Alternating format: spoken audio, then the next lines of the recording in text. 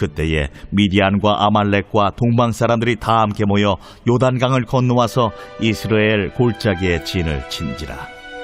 여호와의 영이 기드온에게 임하시니 기드온이 나팔을 불매 아비에셀이 그의 뒤를 따라 부름을 받으니라. 기드온이 또 사자들을 온 므낫세에 두루 보내매 그들도 모여서 그를 따르고 또 사자들을 아셀과 스불론과 납달리에 보내매 그 무리도 올라와 그를 영접하더라. 기드온이 하나님께 여쭈되 주께서 이미 말씀하심같이 내 손으로 이스라엘을 구원하시려거든 보소서.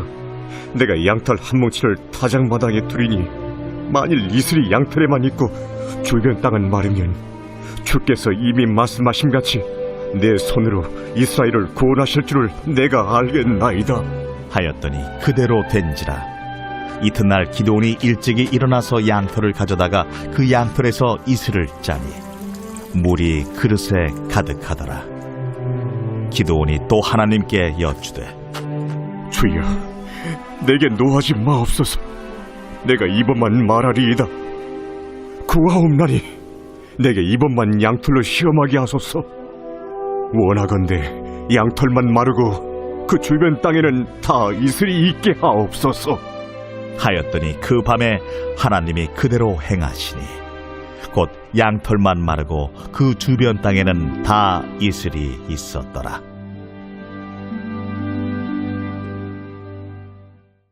아침을 여는 묵상의 자리에 올라오신 교우 여러분, 주님 이름으로 여러분들을 사랑하며 축복합니다. 오늘 묵상하는 본문 33절을 보면 미디안 사람들과 아말렉 사람들과 동방 사람들이 다 함께 다시금 이스라엘 백성을 약탈하기 위해 이스라엘 평지에 모여 진을 치고 있음을 확인할 수 있습니다. 이때 여호와의 영이 기드온에게 임하자 기드온은 나팔을 불어 아비에셀족을 모아 자기를 따르게 하고 므낫세 지파, 아셀 지파, 스불론 지파, 납달리 지파에 전령을 보내 군사들을 모집합니다. 하나님의 영이 기드온에게 지도력에 능력을 주셔서 이스라엘 백성이 전쟁을 위해 따르게 하신 것이죠. 여기까지 좋았으나 이어서 나타나는 기드온의 행동은 참 아쉬움을 남깁니다. 하나님께서 천사를 통해 부르신 사실을 기드온이 확인한 바 있고 하나님의 명령에 따라 아버지 집에 바알과 아세라 제단도 허물었으며 여호와의 영이 임하여 능력을 받았음에도 불구하고 여전히 하나님의 구원하심에 대한 의심을 버리지 못하고 있는 것이죠. 기드온은 하나님께 이렇게 아뢰입니다. 36절로 37절을 새번역 버전으로 읽어드리겠습니다. 기드온이 하나님께 아뢰었다. 참으로 주님께서는 말씀하신 대로 나를 시켜서 이스라엘을 구원하시려고 하십니까? 그러시다면 내가 양털 한 뭉치를 타작마당에 놓아두겠습니다. 이슬이 이 양털 뭉치에만 내리고 다른 땅은 모두 말라 있으면 주님께서 말씀하신 대로 저를 시켜서 이스라엘을 구원하시려는 것으로 알겠습니다.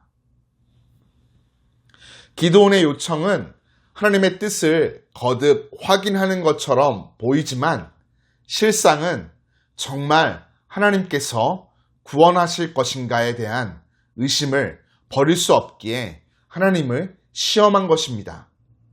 기드온의 이런 불신앙적인 태도에도 불구하고 하나님께서는 그의 요청을 들어주십니다.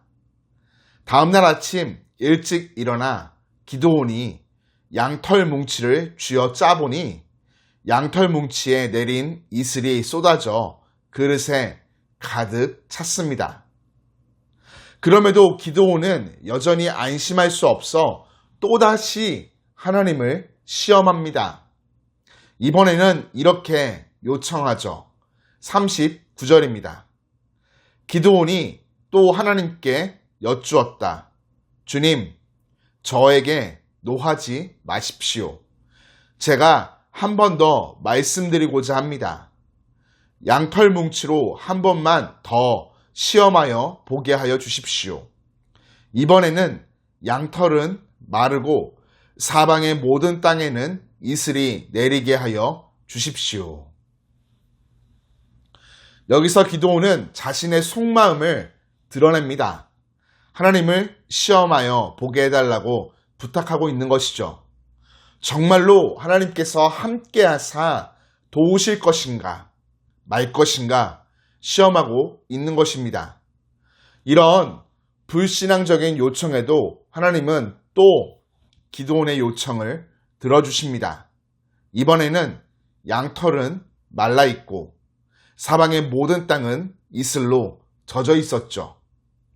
기드온의 입장에서 생각할 때 적은 무리로 수많은 적을 당하기에는 역부족임을 느끼고 있었을 것입니다.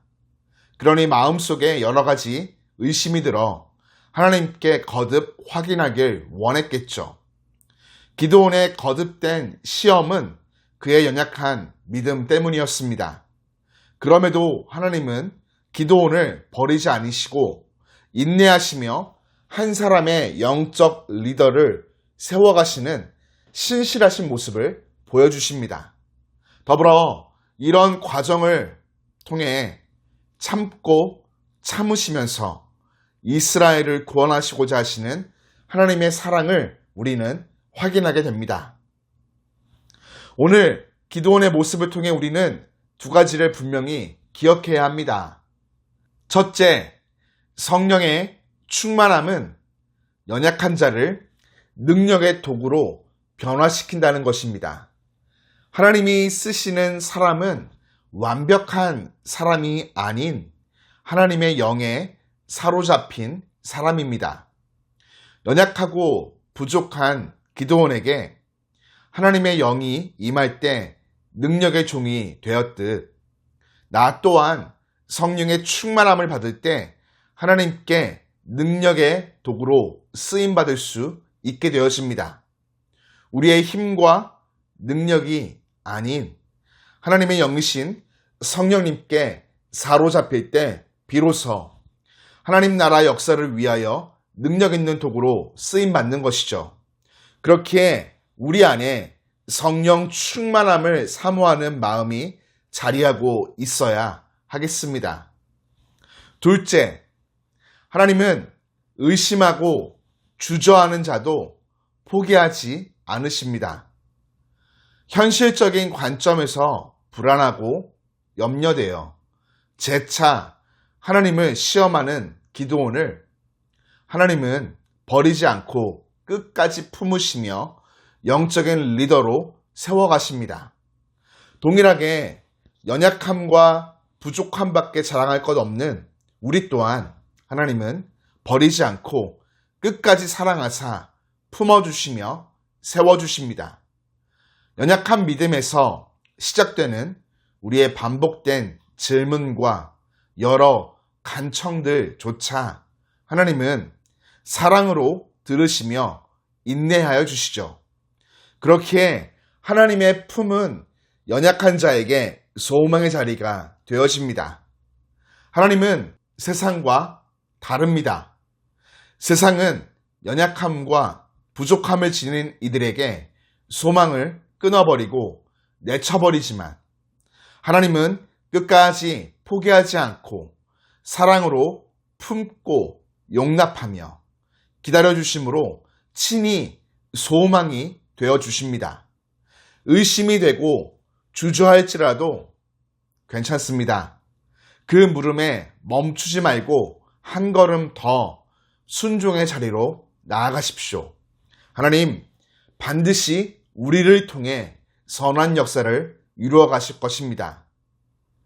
복된 하루, 하나님이 보내시고 세우시는 자리에서 나를 사랑하시되 끝까지 사랑하시어 포기하지 않고 기다려주시는 주님을 굳게 믿고 성령 충만한 능력을 구하고 의지하여 하나님 나라 귀한 역사를 멋지게 일궈가는 복된 삶 걸어가길 주님 이름으로 축복합니다. 나를 사랑하시되 끝까지 사랑하시며 포기하지 아니하시는 하나님 아버지, 오늘도 귀한 생명을 선물로 허락해 주신 은혜에 감사를 드립니다. 주어진 모든 시간 하나님 아버지를 내 앞에 모시며 살아가게 하시고 주어진 장소와 상황과 형편을 뛰어넘어 나의 앞에 계신 주님을 느끼고 바라보며 온전히 의지하는 하루 살아가게 하여 주옵소서. 연약한 우리를 책망하지 아니하시고 인내로 기다려주시는 주님, 내가 주님의 음성 앞에 순종하게 하시고 성령 충만함으로 하나님 나라를 이루어가는 복된 통로 되게 하여 주옵소서. 예수님의 이름으로 기도드립니다. 아멘.